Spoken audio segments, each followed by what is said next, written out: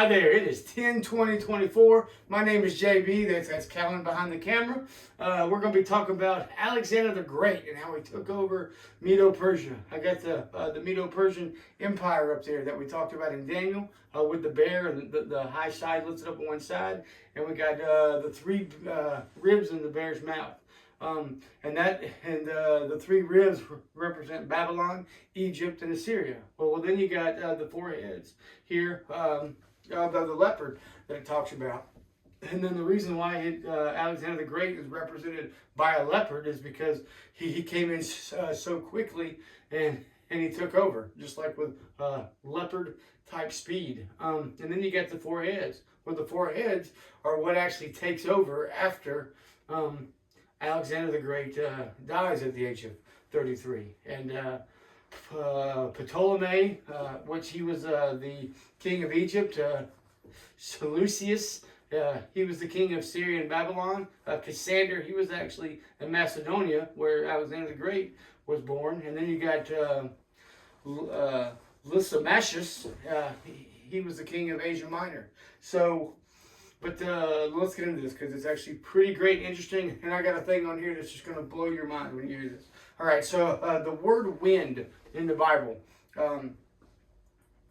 the meaning is commonly used as breath, but as of spirit.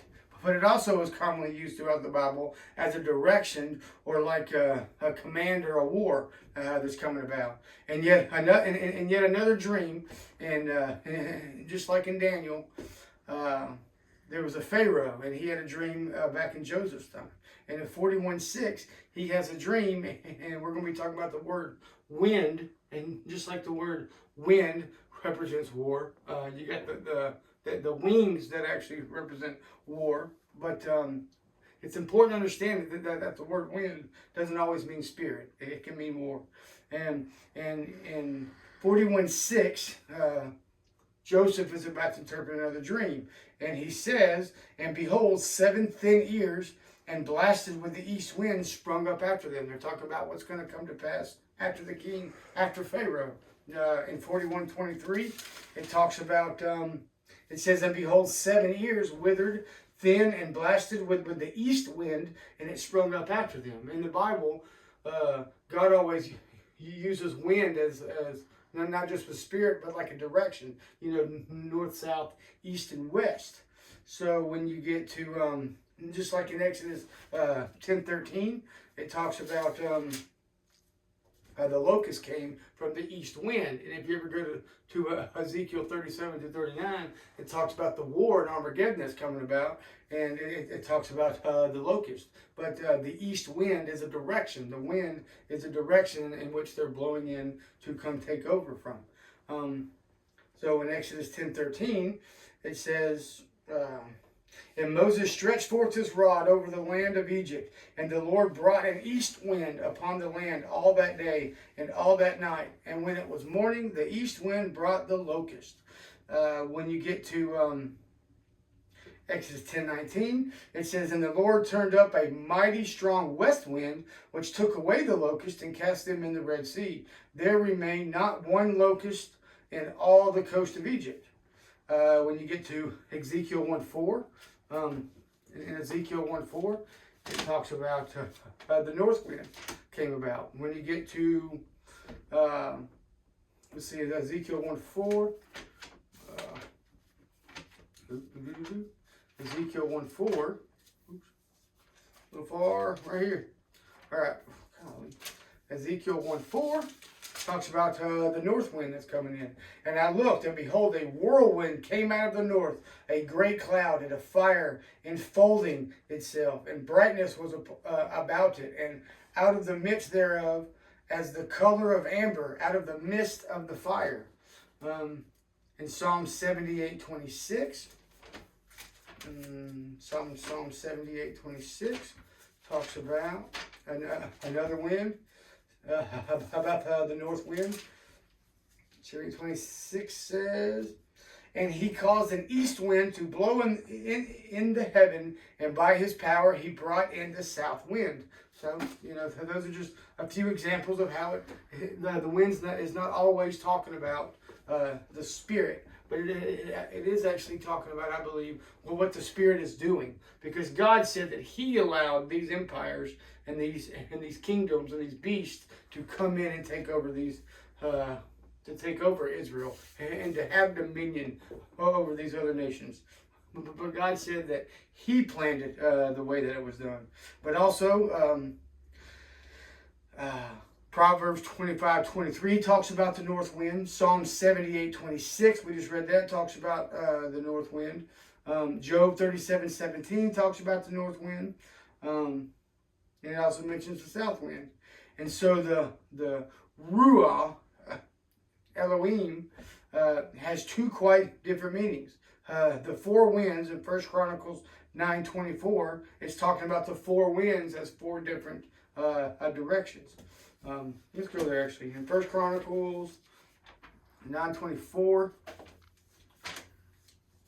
1 Chronicles 9:24 says, in four quarters were the porters toward the east, west, north, and south, talking about the winds that are going to come over and take over, just as these beasts will do. Greece identified themselves with the four primary directions, which they seem to blow in with the four winds, using the proper name.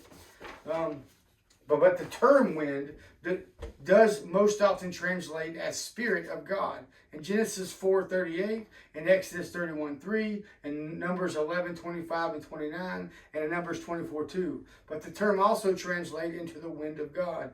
And in the verses, it must be understood as so. In those verses, you must identify and rightly divide what the Bible is speaking about. It's over important because the words were chosen specific concept of divinity and to clarify the relationship between the Creator and the cosmology, because there are examples. In Genesis 8:1, and God remembered Noah and every living thing and all the cattle that was with him in the ark, and God made a wind to pass over the earth, and the waters assuaged, which means they started to digress and go away.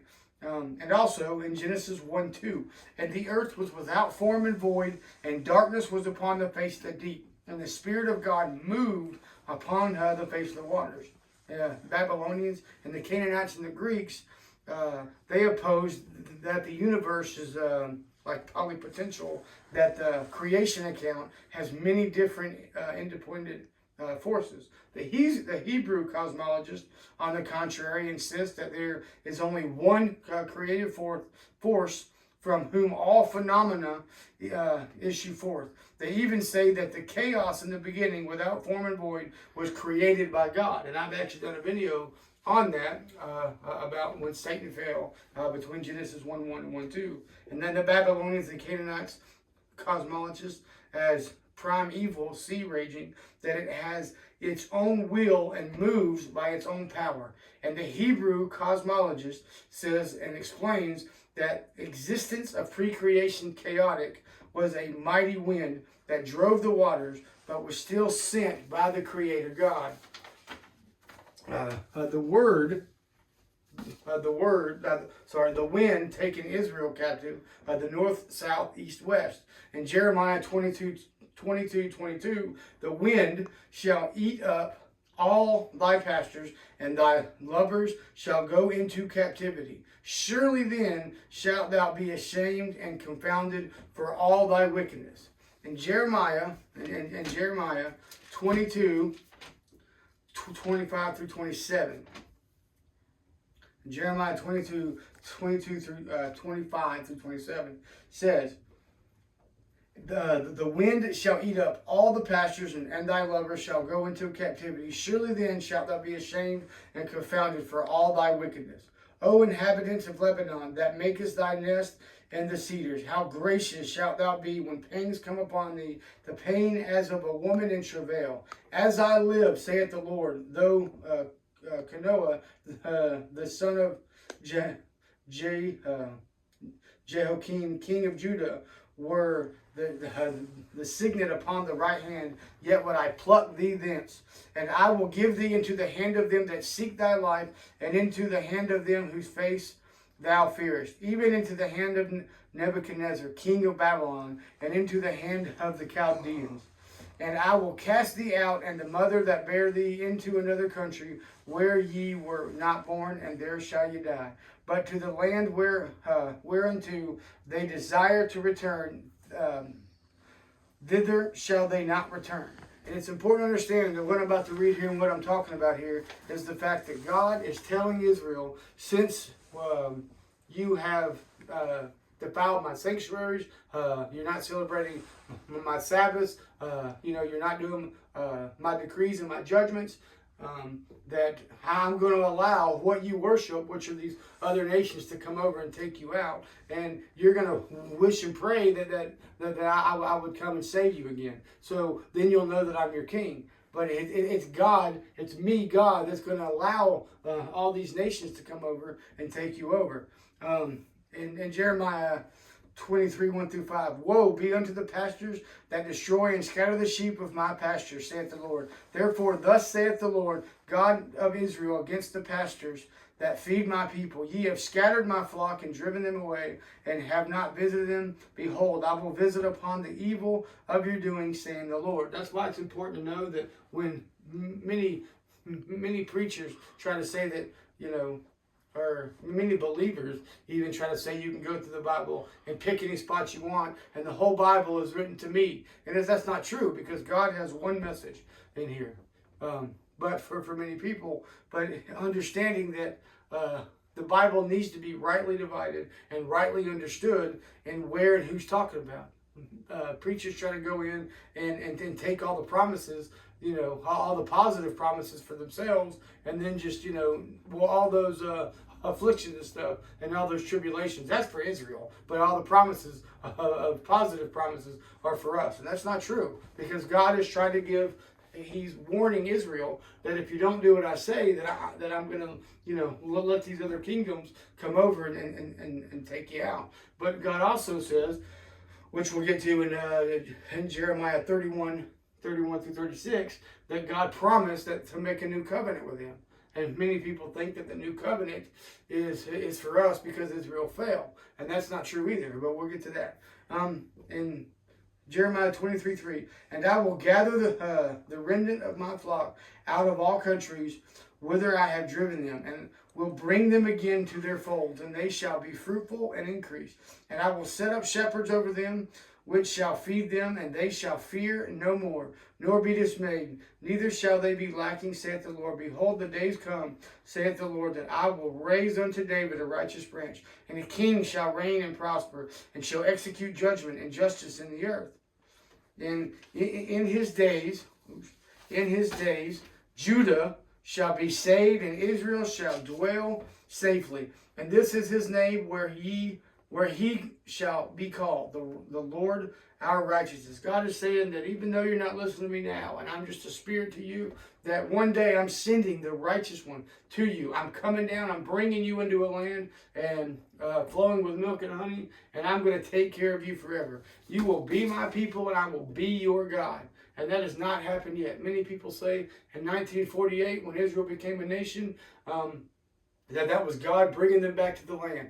But Israel is still not God's people, right? But eventually, God is going to bring them all through, over the entire world. He's bringing them to Israel, and he's going to be their God, and they're going to be his people, without a doubt. And Lamentations 1 through 5. And Lamentations 1 through 5.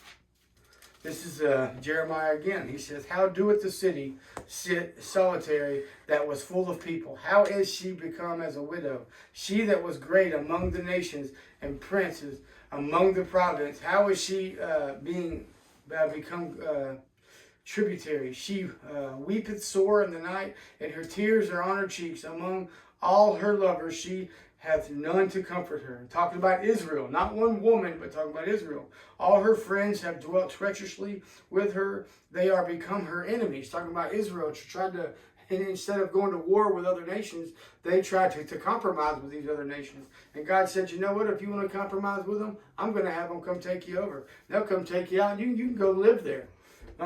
Judah is gone into captivity because of affliction and because of a great servitude. She dwelleth among the heathen. She findeth no rest. All her persecutions, lost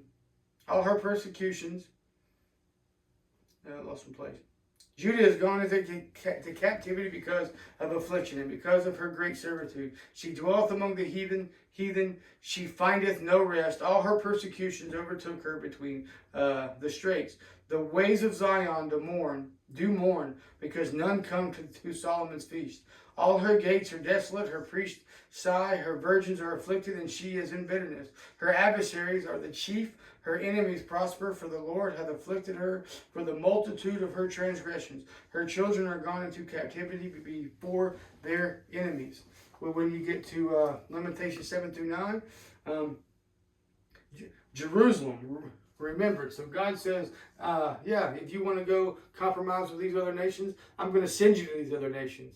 And you're going to be praying to come back here. And you turned your back on me, I'm going to turn your back on you. But in the very end, I will be your God. I will eventually forgive your sins and all of your iniquities. And I will bring you back to the land. And I will be your God, and you will be my people. In Lamentations 1:7, Jerusalem remembered in the days of her affliction and of her miseries all her pleasant things that she had in the days of old, when her people fell into the land of the enemies, and none did help her. The adversary saw her and did mock at her Sabbaths. Jerusalem had grievously sinned, therefore she has removed all the honored despise her, because they have seen her nakedness. Yes, she sigheth and turneth backwards. Her filthiness in her skirts, she remembereth not her last end, therefore she came down wonderfully. She had no comforter. O Lord, behold my affliction, for the enemy hath magnified himself. So understanding that God will be magnified. When we get to Alexander the Great here in just a few minutes, I'm going to show you where our history of everything that we go through comes from. And it's just going to mind boggle your mind, I think, because it did me when I found out how much they were actually, how much influence that they had over the entire world, and still has over the influence of the world today. Because you'll find out that Alexander the Great, they actually went back to what Medo Persia believed. And Alexander, but we'll get to that too. But understanding that just the influence that Alexander the Great and Greece had on us as Americans and over all the nations of the world is quite influential. It's crazy, but I'm just showing you how God is promising them that I'm going to send these nations. And then when you get to Daniel 7, he really says and tells them, well, what these nations are going to be. But he's telling them that he's going to get them out. Let's go to Jeremiah 31:31. Let's go to Jeremiah 31:31. Let's see, where were we just at? Actually, Ezekiel 5. Let's go to Ezekiel. We'll go to Ezekiel real quick. Ezekiel 5. Ezekiel 5, 4 through 10. And this is more promises that God is saying that I'm going to get these people out of that country, and then I'm going to let these people overtake you.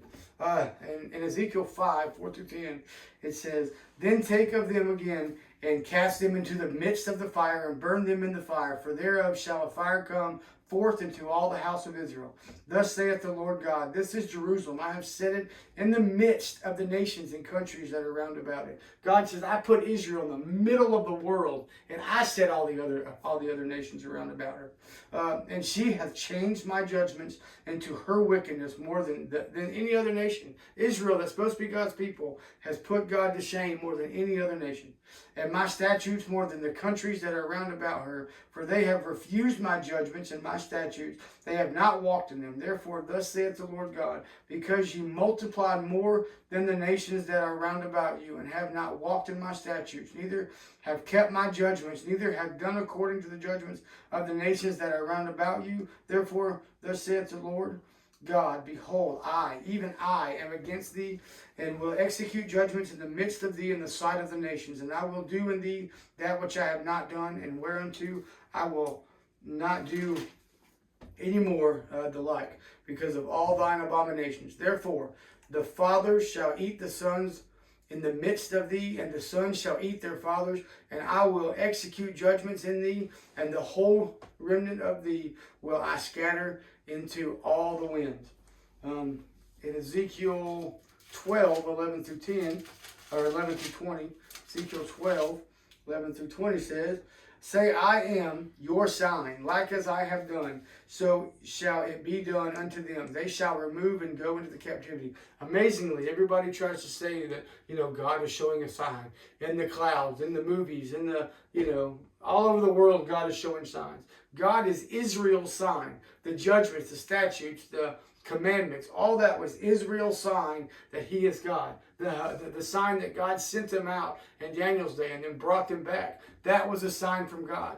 God only gave signs to Israel. Paul talks about Israel needs a sign and the Jews need a sign, but we as Gentiles, we seek after wisdom because we seek after God's wisdom in these stepping stones that were made for us to see that God is God. Because without the Bible, you wouldn't know or understand who Jesus Christ even is. But with the Bible, you use your wisdom to read the book and understand all the prophecies that Jesus came to fulfill. I mean, people tell you to be like Jesus Christ, but Jesus Christ's whole life was prophesied. We have the free will to do what we will and what we will not do. But Jesus Christ's whole life was prophesied. You can't be like that because you do have free will to make decisions. And that's important to know that God was Israel's sign. Everything God did in the midst of Israel was a sign to Israel that he is the God. And the idea, the program, the idea was the Gentiles, the other nations round about Israel, because they're in the middle of all these other nations, were supposed to come to Israel and want to be like them. But that didn't happen. And the fact that Israel fell is the cause and effect that we can be saved by grace through faith today, because Israel didn't have that option. Because Israel was supposed to save all the other nations because they were supposed to come to them doing God's judgments and his statutes. But God says, I am your sign. And 12, and the prince that is among them shall bear upon his shoulder in the twilight, and shall go forward. They shall dig through the wall to carry out thereby. He shall cover his face, that he see not the ground with his eyes. My net also will I spread upon him, and he shall be taken in my snare, and I will bring him to Babylon, to the land of the Chaldeans. Yet shall he not see it, though he shall die there. And I will scatter toward every wind, all that there are about him, to help him and all his bands. And I will draw out the sword after them, and they shall know that I am the Lord, when I shall scatter them among the nations and disperse them in the countries. But I will leave a few men of them from the sword, from the famine, and from the pestilence, that they may declare all their abominations among the heathen, whither they come. And they shall know that I am the Lord. Moreover, the word of the Lord came to me, saying, Son of man, eat thy bread and quaking, and drink thy water with trembling and with carefulness. And say unto the people of the land, Thus saith the Lord God of the inhabitants of Jerusalem and of the land of Israel, they shall eat their bread with the carefulness and drink their water with astonishment, that her land may be desolate from all that is therein, because of the violence of all them that dwell therein. And the cities that are inhabited shall be laid waste, and the land shall be desolate, and ye shall know that I am the Lord. And the word of the... So, interestingly, when God said that he's coming over to take Israel out of the land to go to these other nations, and God said, while they're gone, I'm going to let the land rest. That's going to be my land that's going to rest while you are in captivity in Babylon and with Assyria, that my land's going to rest. But interestingly, when any other kingdom came over and took over another land, they inherited that land. They took that land. They lived in that land. They planted in that land. They sowed in that land. They put up houses in that land. They lived in that land. But when Israel was taken out of Israel, when they were taken out, when the Jews were taken out of Israel, nobody lived in the land. God's land actually lay desolate. Nobody lived there. I mean, that right there in itself is truly amazing.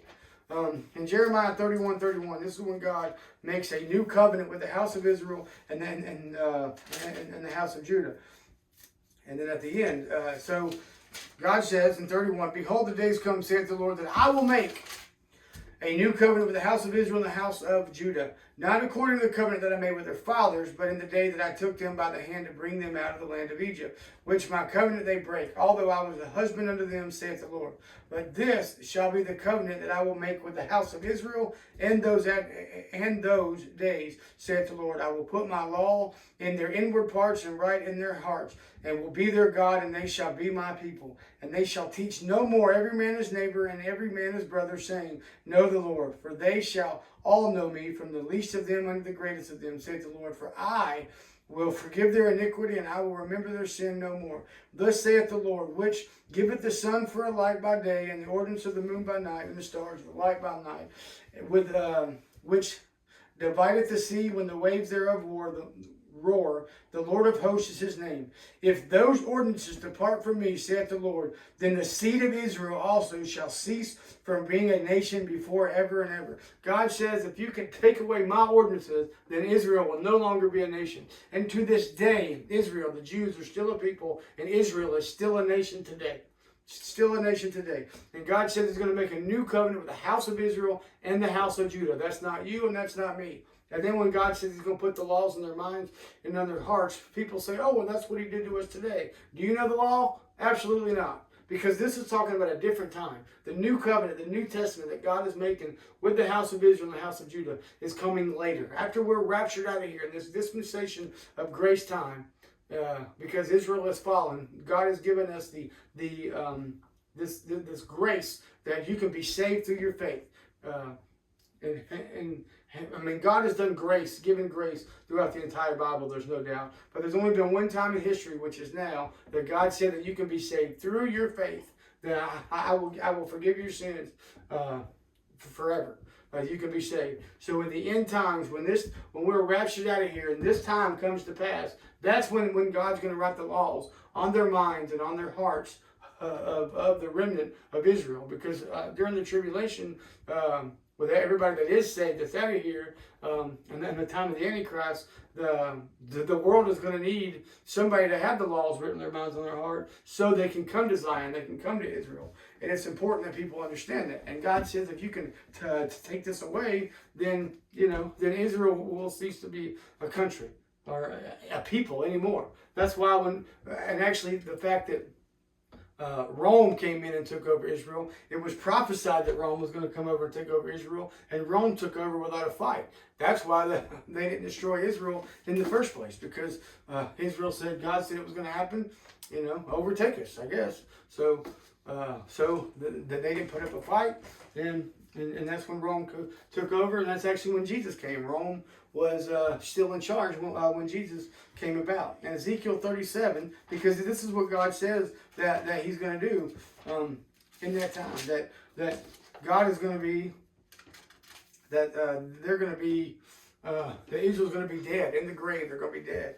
And then in Ezekiel 37, this is what God says. Ezekiel 37, 1-14 says, the hand of the Lord was upon me and carried me out in the spirit of the Lord and set me down in the midst of the valley, which was full of bones, and caused me to pass by them round about. And behold, there was very many in the open valley, and lo, they were very dry. And he said unto me, Son of man, can these bones live? And I answered, O Lord, thou knowest. Again he said unto me, Prophesy unto these bones, and say unto them, O dry bones, hear the word of the Lord. Thus saith the Lord God unto these bones, Behold, I will cause breath to enter you, and you shall live, and I will lay sinews upon you, and will bring up flesh upon you, and cover you with skin, and put breath in you, and ye shall live, and ye shall know that I am the Lord. So I prophesied, I was commanded, and as I prophesied, there was a noise, and behold, a shaking, and the bones came together, bone to his bone. And when I beheld, lo, the sinews and the flesh came up upon them, and the skin covered them above, but there was no breath in them. Then he said unto me, Prophesy unto the wind, prophesy, Son of man, and say unto the wind, Thus saith the Lord God, come from the four winds, O breath, and breathe upon these slain, that they may live. So I prophesied as he commanded me, and the breath came into them, and they lived, and stood upon their feet, and exceeding great army. Then he said unto me, Son of man, these bones are the whole house of Israel. Behold, they say, our bones are dried, and our hope is lost. We are cut off from all our parts. Therefore prophesying, saying to them, Thus saith the Lord God, Behold, O my people, I will open your graves, and cause you to come up out of your graves, and bring you into the land of Israel. And ye shall know that I am the Lord, when I have opened your graves, O my people, and brought you out of your graves, and shall put my spirit in you, and ye shall live, and I shall place in you in your land. Then shall you know that I am the Lord, have spoken it and performed it, saith the Lord. So when God says, when I bring you back to the land, you'll know that I'm your God, and I'm going to put new life in you. And God did that 2 different times as Israel was taken over by Babylon, by the Assyrians, by all these other nations in Daniel that we're about to get to again, that we're going to talk about. But God said, that is my sign to you that I am the Lord your God. I am He. I am He. So now we're going to get up into Daniel. And in Daniel 2, 35 through 40, 35 through 40, it says, Then was the iron, the clay, brass, the silver, and the gold broke to pieces together, and became like the chaff of the summer threshing floor. And the wind carried them away, and no place was found for them. And the stone that smote the image became a great mountain, and filled the whole earth. That great mountain is Jesus Christ. That we'll see. This is the dream, and we will tell the interpretation thereof before the king. Thou, O king, art a king of kings, for the God of heaven hath given thee a kingdom, power, and strength, and glory. This right here says that God gave you, Babylon, he's talking about Babylon, that you are that head of gold. You are that king that God gave the kingdomship to. You have the power and the strength in your kingdom. You have the power over all the birds and over all the animals in your land. You're that rich. You're the head of gold that he talks about in chapter 7. And wheresoever the children of men dwell, and beasts of the field, and the fowls of the heaven hath he given into thine hand, and hath made thee ruler over them all. Thou art this head of gold. And after thee small arise another kingdom inferior to thee, and another third kingdom of brass, which shall bear rule over thee of the earth. And the fourth kingdom shall be strong as iron, for as much as iron breaketh in pieces, and subdue all things. And as iron that breaketh all these, shall it break in pieces and bruise. And whereas thou sawest the feet and toes, part of the potter's clay, and part of the potter's clay, and part of iron, the kingdom shall be divided, but there shall be in it of the strength of the iron, for as much as thou sawest the iron mixed with miry clay. And this right here is talking about the kingdoms that are coming. This right here is the golden statue that the interpretations of in Babylon. This was the statue first. And then you get over here to Daniel chapter 7, which we're going right now, 4 through 8. It says the first was like a lion and the eagle's wings. So in chapter 2, it's talking about that statue of gold that we had last week, with the head of gold was Babylon, and the chest and arms were Medo-Persia, and then the waist was Greece, and then you had the legs were Rome, the Roman Empire, and then you had the iron mixed with clay with the feet. That's actually going to be the Roman Catholic Church Empire at the end. But we're getting ahead. So here is another interpretation of it. Daniel chapter 7, verse 4 through 8.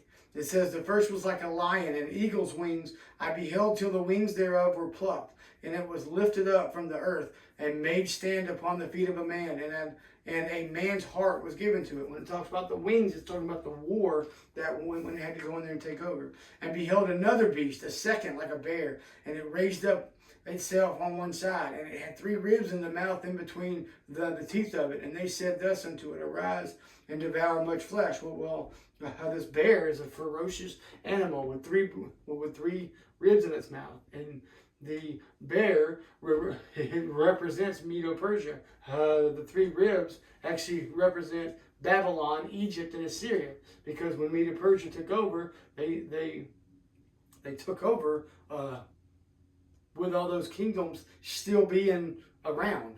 So they took over in Babylon, but then when Alexander the Great comes along and he takes over Media Persia, he took over Babylon, Egypt, and Assyria. So it's one beast taking over another. Each beast is a kingdom. And it says, after this I beheld, and lo, another like a leopard, which had upon its back of it 4 wings of a fowl. The beast had also 4 heads, and dominion was given to it. The 4 heads, the leopard itself represents like Alexander the Great, but Greece coming to take over. But the 4 heads represent the 4 kings that came and tried to take over after Alexander the Great died at the young age of 33, after he comes and takes over. And in Daniel 7:16 through 26, it says, I came near unto them that stood by and asked him the truth of all this. So he told me, it made me know the interpretations of things. These great beasts, which are 4 kings which shall rise out of the earth. But the saints of the Most High shall take the kingdom and possess the kingdom forever, ever, and ever, and ever. Then I would know the truth of the 4 beasts, which was diverse from all the others, exceeding dreadful, whose teeth were of iron, and his nails of brass, which devoured, brake into pieces, and stamped the residue with his feet. So when it talks about this being a leopard, when it talks about the 4th beast of Rome coming in, this beast has iron teeth, but it's a beast that can't be described like none other, because it is such a hideous, strong beast that it just can't be described as any animal on the planet. And of the 10 horns that were in its head, and of which the 10 horns represent when Rome comes over, they actually had 10 different kingdom ships. They spread. But out of the 10 horns that were in his head, and of the which came up, and before whom 3 fell, even of that horn that had eyes, and a mouth that spake very great things, whose look was more stout than his fellows. I beheld the same horn make war with the saints, and prevailed against them, until the Ancient of Days came, and judgment was given to the saints of the Most High. And the time came that the saints possessed the kingdom. Thus he said, the 4th beast shall be the 4th kingdom upon earth, which shall be diverse from all kingdoms, and shall devour the whole earth, and shall tread it down and break it to pieces. And the 10 horns out of this kingdom are 10 kings that shall arise, and another shall rise after them, and he shall be diverse from the first, and he shall subdue the 3 kings, and he shall speak great words against the Most High, and shall wear out his saints of the Most High, and think to change times and laws, and they shall be given into his hand until a time and times, and the dividing of times. But the judgment shall sit, and they shall take away his dominion, to consume and to destroy it unto the end. So just understanding that the prophecy of the 4 kingdoms is Medo-Persia, and with Babylon, Egypt, and Assyria, where the first kingdom was like a lion, that was Babylon. Then you got Medo-Persia comes in, and the bear has 3 ribs, Babylon, Egypt, and Assyria. Then you have Alexander the Great, and then you have the Ptolemy of Egypt, Seleucus, and Cassander, and Lysimachus, however you say that, and they actually try to take over after Alexander the Great is passed away. But lo and behold, with Greece. All right, so go to Daniel chapter 8, verses 21 through 26. And the rough goat is the king of Greece, and the great horn is between his eyes is the first king. Now that being broken, whereas 4 stood up for it. For 4 kingdoms shall stand up out of the nation, but not in his power. And in the latter time that their kingdom, when the transgressors are come to the full, a king of fierce countenance and understanding dark sentences shall stand up. This is talking about Alexander the Great. And his power shall be mighty, but not by his own power. And he shall destroy wonderfully, and shall prosper and practice, and shall destroy the mighty and the holy people. And through his policy also he shall cause craft to prosper in his hand, and he shall magnify himself in the heart, and by peace shall destroy many. He shall also stand up against the prince of princes, but he shall be broken without hand. So we're going to find out how is it that Alexander the Great, he came in and destroyed dreadfully. He prospered, or he prospered gratefully. And also it says that in Alexander's day with Greece, that they shall cause craft to prosper. And not only that, they say that he's going to die by no hand. So basically he's going to die on his own. So let's get into Greece. All right. So Daniel prophesied between 620 to 540 BC. Remember, in the BCE times, time is going backwards. So from 620 to 540 is about the time Daniel was prophesying all these kingdom and beasts were going to come over and take over. And interestingly, this is the past. Well, when you go into Revelation 17 and it looks from the past, when it looks from the future back to the past, the interpretation is it's backwards, which is interesting. But Alexander the Great, he was born in 356 BC, which means he was born 200 years after Daniel even prophesied this by God. So Daniel prophesied. So Alexander grew up in Macedonia, later became king of Macedonia after his father Philip II, and he had great influence in a lot of hellacious battles. And Alexander's grandfather was Aristotle, who actually taught him. But Alexander, at the age of 13 to 16, spent 3 years under the influence of Aristotle, learning in depth teachings about philosophy, medicine, and scientific investigation. But he was later far more advanced than his teacher Aristotle, precepts that non-Greeks should be treated as slaves. So I guess you could say Alexander had a vision. He did hate his father, but he did love his mother. But Aristotle's influence to this day on biology, botany, chemistry, ethics, history, logic, metaphysics, rhetoric, philosophy of the mind, philosophy of the science, physics, poetry, political theory, psychology, and zoology. He was the founder of formal logic. So, needless to say, Alexander was a very smart, active young man. So here it is. Alexander's father was not around very much because his father, Philip II, was always gone on a military campaign, which means he was always in war. And they did not get along at all. So he was basically raised by his mother, Olympia. Alexander did bounce around between a few teachers. Ladonius, his father hired these men. Ladonius, which I believe was his uncle, but to teach him math, horsemanship, and archery. But he failed to control this rebellious student. Next was Lysimachus, which is over here in Asia Minor. He hired him to capture the boy's attention, teaching basically the art of war. And the next was taught by I guess you could say the genius Aristotle, who was his grandfather, who taught Alexander a handful of his friends, but taught him all we talk about, plus heroic warrior, poetry, drama, science, politics. And in 339 BC, while he was just a teen and his father was still gone, he embarked on his first military campaign. Alexander the Great did. So in 339, Alexander goes out to embark on his first military campaign, and against Thracian tribes. And in 338, a year later, he took charge. Then he helped his father on a few other campaigns, and they took charge of the Athens and what's called the Band armies at the Chirinoia. But the campaigning together didn't make father and son any closer. And his father ended up marrying the famous Cleopatra, and left Alexander and his mother to flee to her family's home and to live on their own.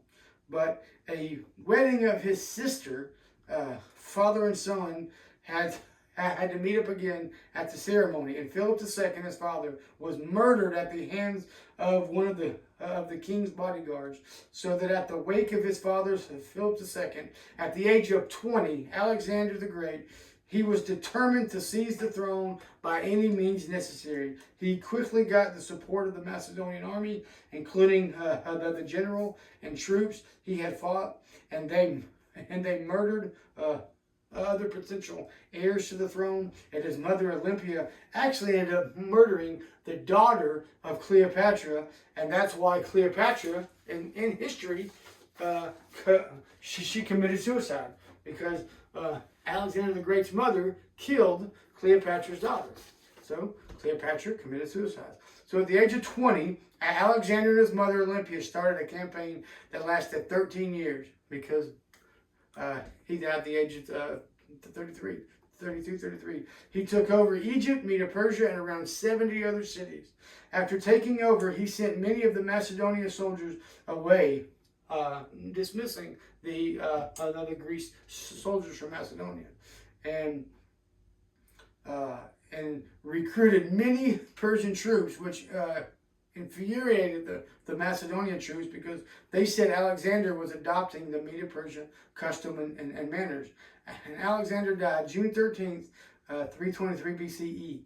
He was 32 years old. His wife gave birth to his son Alexander IV a few months later. After his death, his once great empire collapsed, and nations within battled. They just battled over power.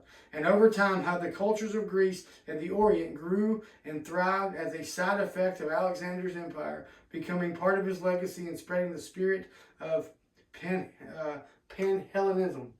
Pan means all, and Hellas means Greece. It was saying that what brings the Grecians together is more important than what drives them apart and their differences.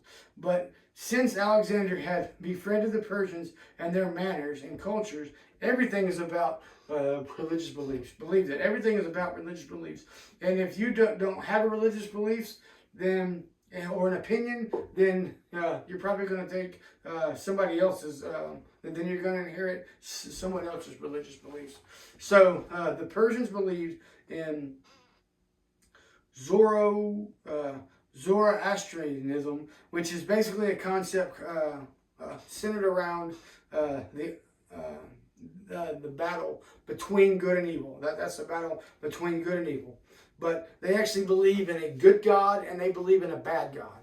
Well, and then the Greeks believe in the total opposite. They believed in which is called polytheistic, which means they believe in many different gods. The god of good and bad was Mazda. For the Persians, was the good god was Mazda, and the bad god was Manu.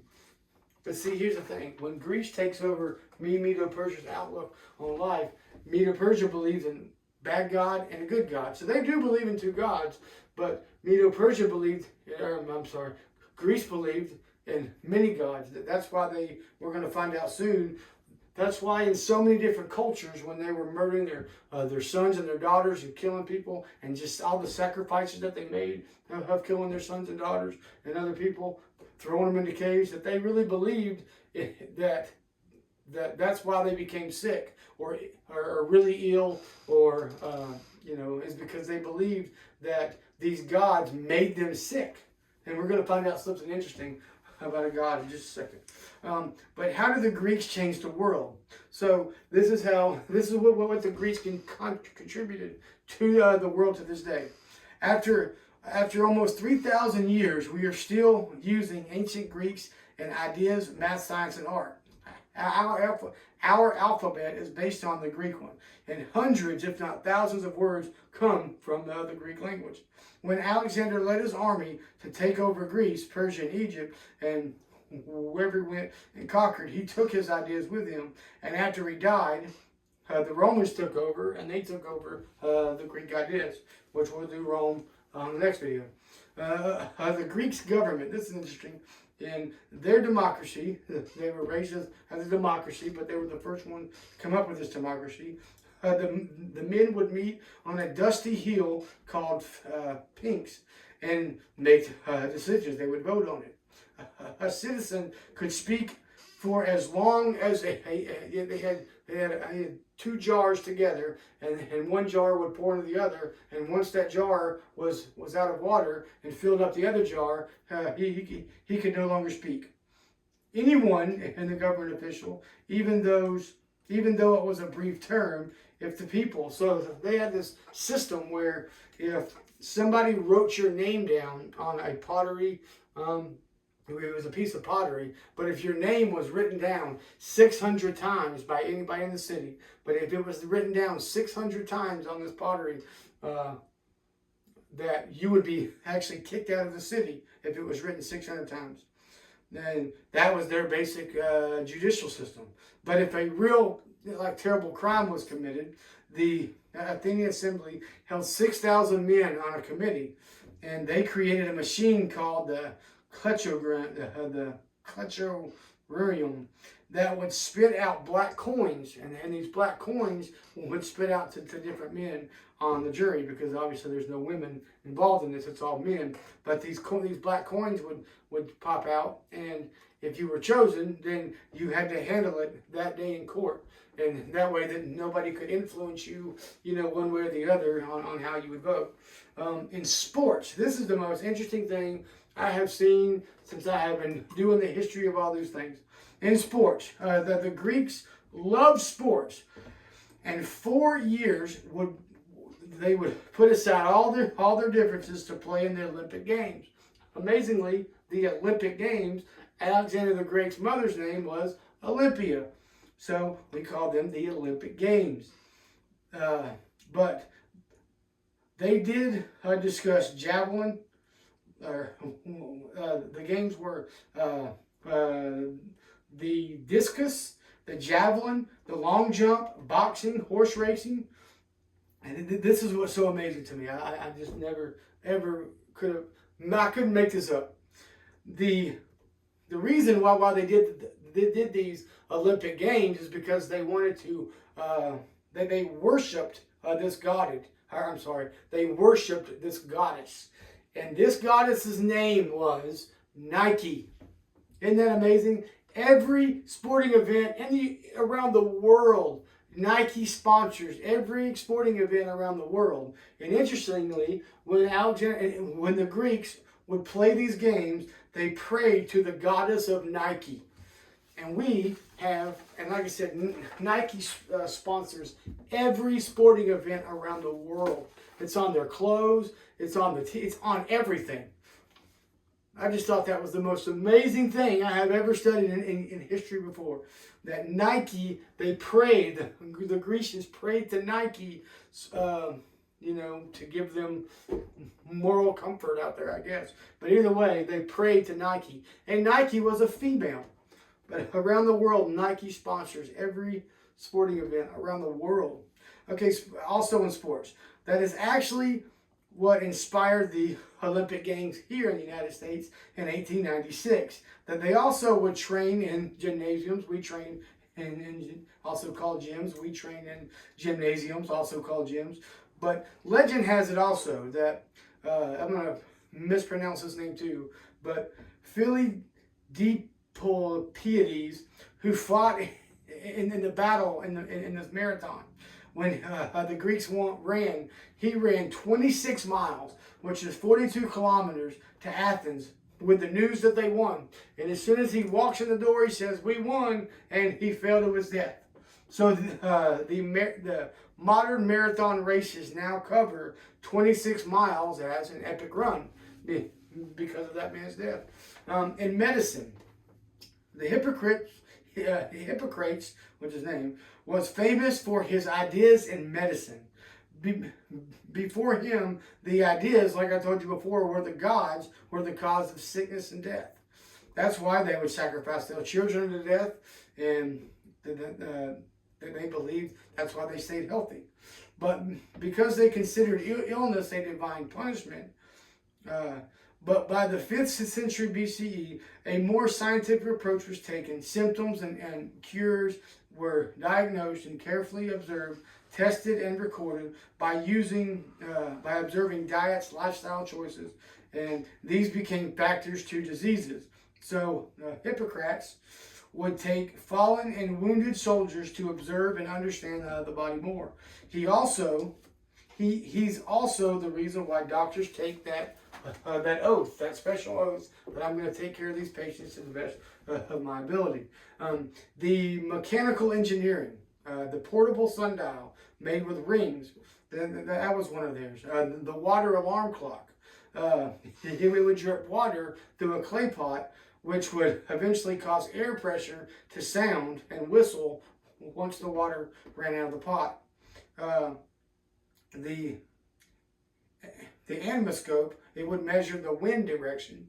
The hydraulic organ, and the odometer, which measured land distances using wheels and cogs. The columns that actually hold up buildings today, that our White House and many huge historical buildings are held up by today. They came up with the columns to hold up these buildings, and that would still be standing today because of their just mechanical engineering and their engineering and just building things. They also came up with the flamethrower and the battering ram to help them against their enemies in times of battle. The mathematical reasoning and geometry. Other cultures showed little to no interest in mathematics, but the Greeks were unique in their thinking and used it for everyday thinking and everyday problems. The subject of math was inspiring for philosophy, geometry, and astronomy, science, and other general idea things. The solar eclipse of May 28th, 585 BC, and credited with calculating the height of the pyramids based on the length of a shadow. Philosophy. Greek thinkers, and in philosophy, Greek thinkers like Socrates, Plato, and Aristotle questioned and debated where we come from and where we're going and should we care. And the Greeks kind of had that grin and bear it, just live in the moment attitude. But collectively, all these Greek thinkers desire to answer all questions from all manners of life and conquer the big questions. Parmenides, I think his name's Parmenides, said, "We must apply our minds and fight through the haze of superstition and myths and use whatever tools we have to find answers to questions that we're looking for. No matter what it takes, go out and find these answers." And in science and astronomy, men debated the Milky Way being made up of stars, the world being a globe, or if we as people came from animals. Well, but it was Archimedes in his bath water, taking a bath, he discovered displacement and yelled, "Eureka!" It was Aristotle developed logic and classified the natural world. It was Eratosthenes that calculated the shadows of two objects, and he claimed that to be two different latitudes. So these men of Greek, they love to think. It's also said, let's keep going. Well, it's actually also said that in their lettering, in their alphabet, that each word has to meet 5 criteria before they can even make it, that word. That's how precise that they try to be. But in theater, this is kind of interesting. In theater, it was the ancient Athenians, or the Greeks, who invented theater performances, perhaps originating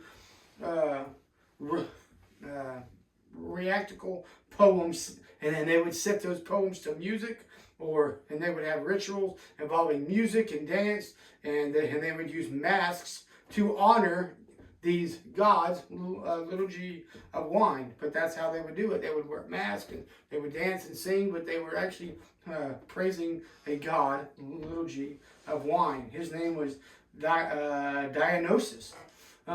Greek tragedies were first performed by the Greeks in open field festivals, and also writing and acting comedies.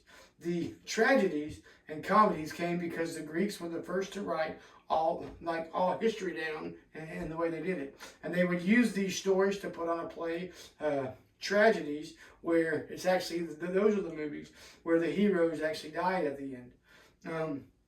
And comedies were where the heroes actually win and live in the end. Using comedies is when playwriting came to be, and using politicians, philosophers, with all singing and dancing and chorus lines, outlandish costumes, and special effects such as actors hanging from a wire and in front of a beautiful crafted set. But not all the while doing all of this for an unknown, unprovable, made up, in their imagination, little god named Dionysus, or Dionysus, or Dionysus. That was the god that they prayed to, this little god, and that's why they did all these dancing and singings, and they felt that the better they could perform, the more blessed that they would be by this little g, little god. So let's not forget about the contributions of them. So all the things that the Greeks, that we still have today, Rome enjoyed and appreciated everything about the Greek culture, that when they took over Greece and Greek and Athens, and they took over their territory, and they came in as the next animal in Daniel chapter 7, they inherited all of Greeks, all these things that they came up with, because they just enjoyed them and they liked them. And everything that they've come up with, we still use today in 2024. Over 2,000 years later, we're still doing these same exact things. And it is kind of wild that even today we're still doing them 2,000 years later. So, and the Greek contributions, imagining gods, little g, but nonetheless, mathematics, astronomy, chemistry, engineering, architecture, and medicine, Western civilization, democracy, Western literature, history, Western logic, political science, physics, theater, comedy, drama, tragedy, lyric poetry, biology by Western sculpture, Olympic Games, Western philosophy, and ancient Greek law, Greek mythology, and Greek food, and the Greek alphabet. So, obviously, the Greeks had a great influential, big, huge mark on the history of time. They actually came up with a lot. So the Bible, 200 years before it was possible to even be believable, in Daniel chapter 7 and 8, God prophesied that a great man would come and take dominion over not only Babylon, but also Medo-Persia, that he would be broken without hand and shall prosper, and through his policy he shall cause craft and prosper. And not only did it come to pass, but it came to pass exactly how God said it would. So God said that he would prosper. Obviously, he prospered. It said that he would cause great crafts to prosper. Obviously, we just read about that. It said that he would be dying, he would be broken without hand. And that's actually what came about, because in 323, and on June 13th, in 323, when Alexander the Great died, there's many beliefs on how he died, but one of the most that pop up the most is that he was partying, and he was an alcoholic, and he was drinking, because celebrating all of what he had taken over, and he was drinking, and with the drinking and the heat, it just killed him, and so he was killed without hand. The Greeks are, and also Alexander the Great, responsible for so many changes in his life as a whole, but we still use and go by them today. That fact that sports were used to bring people together, but also in the name of the goddess named Nike. That's so amazing to me. That how the Olympic Games and games came about in sports was because they were praying to a goddess named Nike. That's unbelievable. That today sponsors all sporting events, and also scientific discoveries that were named throughout the Bible. I believe science, which means knowledge, is supposed to bring us stronger forth, a stronger, just a stronger faith towards God, and by understanding Him so much more, not just scientifically, but with the science, we can understand God through understanding his creation. Well, this is all I got left. Okay, so God gave us this Bible and scientific knowledge to not only understand that there is a God, but that he is so magnificent through his understanding in creation. But it's interesting to me that man will see a house. They'll see a house and know that there had to be a creator of that house. But that same man will live in a cave or in a tree and try to explain God away. And that's really hard for me to understand. And it just also seems that you or anyone that it would be harder to explain the truth. It seems to me it'd be harder. It would be easier to explain the truth of God, or that it would be harder to explain God away. To me, it would seem to be harder to explain God actually away, to know that he is, the sovereign truth of the way and the life. But it is 10/20/24, and I just thought this was a great study, and it was fun.